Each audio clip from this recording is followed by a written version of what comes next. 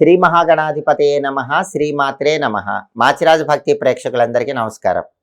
జనవరి 21వ తేదీ నుంచి జనవరి 31వ తేదీ వరకు మేషాది ద్వాదశ రాశులకి రాశి ఫలితాలు ఏ విధంగా ఉండబోతున్నాయో, ఈ 11 రోజులు కూడా విశేషంగా యోగించాలంటే ద్వాదశ రాశుల వాళ్ళు ఏ ఏ దేవీ దేవతల ఆలయ దర్శనం చేసుకోవాలో, ఎలాంటి మంత్రాలు జపించుకోవాలో, ఏ స్తోత్రాలు చదువుకోవాలో, ఎటువంటి దానాలు ఇచ్చుకోవాలో, సకల దేవతా స్వరూపమైన గోమాతకు ఎటువంటి ఆహారం తినిపించాలో, ఈ 11 రోజుల్లో ద్వాదశ రాశుల వాళ్ళకి రాశి ఫలితాలు ఏ విధంగా ఉండబోతున్నాయో, గ్రహాల సంచారం ఎలా ఉండబోతుందో, ఏ గ్రహాలు అనుకూలిస్తున్నాయో, ఏ గ్రహాలు వ్యతిరేకిస్తున్నాయో, అలాగే ద్వాదశ రాశుల వాళ్ళు ఈ 11 రోజుల్లో అద్భుతమైన శుభ ఫలితాలు అందిపుచ్చుకోవాలంటే పాటించాల్సిన ముఖ్యమైన విధి విధానాలు ఏంటో ఈ వీడియోలో మనం తెలుసుకుందాం.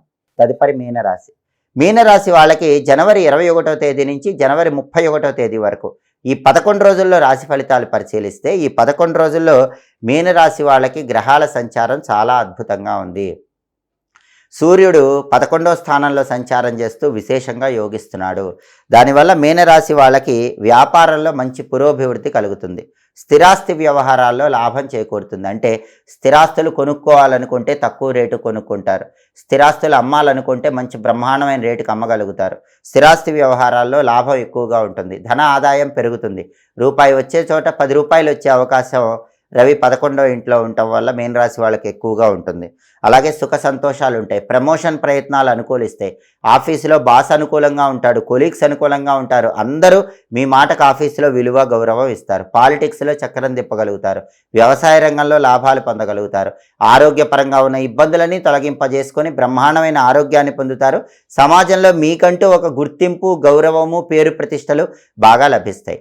అలాగే ఈ 11 రోజుల్లో బుధుడు కూడా బాగున్నాడు. బుధుడు 11వ స్థానంలో మీనరాశి వాళ్ళకు విశేషంగా యోగిస్తున్నాడు. మీనరాశి విద్యార్థులకు తిరుగులేదు. ఏ ఎగ్జామ్ రాసినా నెంబర్ 1 ర్యాంక్ వస్తుంది. కాంపిటేటివ్ ఎగ్జామ్స్ రాస్తే బ్రహ్మాండమైన ర్యాంక్ వస్తుంది. కావాల్సిన చోట సీట్లు వస్తాయి. విద్యార్థులు విద్యారంగంలో చక్రం తిప్పుతారు.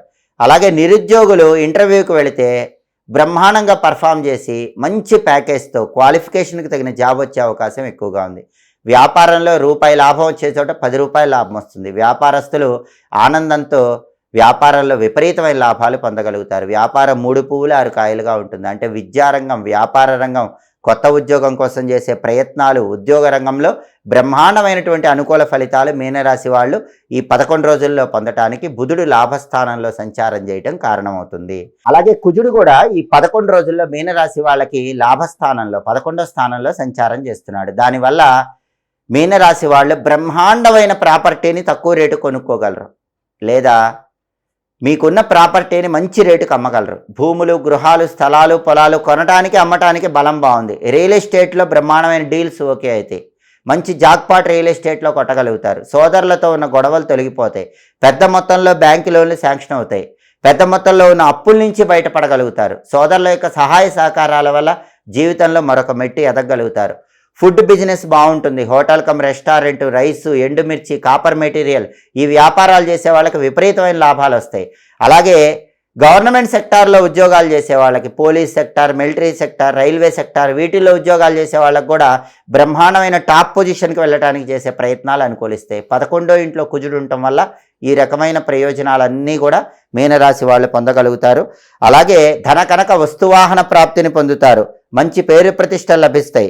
బంధుమిత్రులతో ఆనందంగా కాలాన్ని గడపగలుగుతారు. శీఘ్ర కార్యసిద్ధి ఏర్పడుతుంది. ఏ పని అనుకున్నా సరే ఆ పని తొందరగా పూర్తి చేయగలుగుతారు.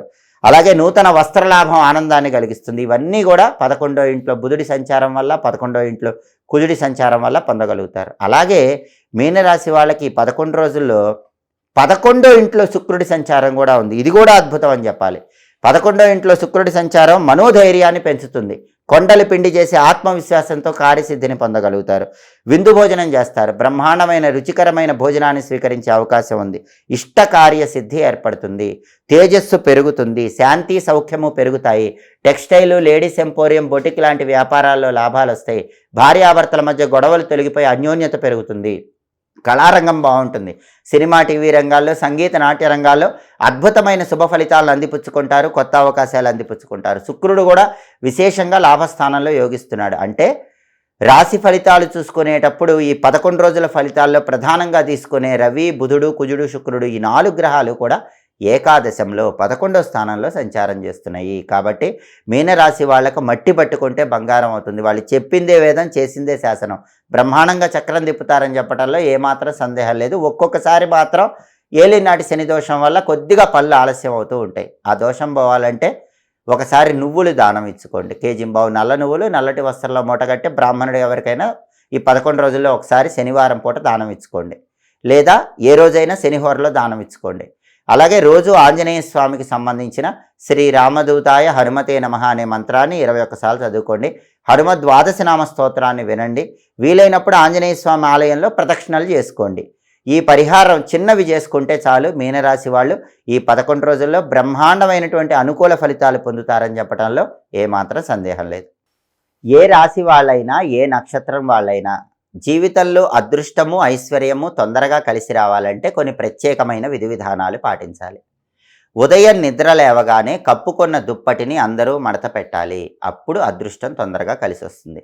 అలాగే ఇంట్లో ఆడవాళ్ళు స్నానం చేసిన తర్వాత ప్రతిరోజు గడప మీద 2 పాల చుక్కలు వేయాలి. అలాగే గ్యాస్ స్టవ్ వెలిగించే ముందు గ్యాస్ స్టవ్కి కొద్దిగా పసుపు రాసి కుంకుమ బొట్లు పెట్టి గ్యాస్ స్టవ్ దగ్గర బియ్యపిండితో ముగ్గు వేసి గ్యాస్ స్టవ్ వెలిగించాలి. అలా చేస్తే లక్ష్మీ కటాక్షం సంపూర్ణంగా ఉంటుంది. సాధ్యమైనంత వరకు ఇంట్లో ఆడవాళ్ళు కానీ మగవాళ్ళు కానీ విడిచిన వస్త్రాలు ధరించకూడదు. విడిచిన వస్త్రాలు మళ్ళీ మళ్ళీ ధరిస్తూ ఉంటే అదృష్టము, ఐశ్వర్యము తగ్గిపోతూ ఉంటుంది. అలాగే దీపారాధన చేసేవాళ్ళు మధ్యాహ్నం 12 గంటల లోపే దీపారాధన చేయాలి.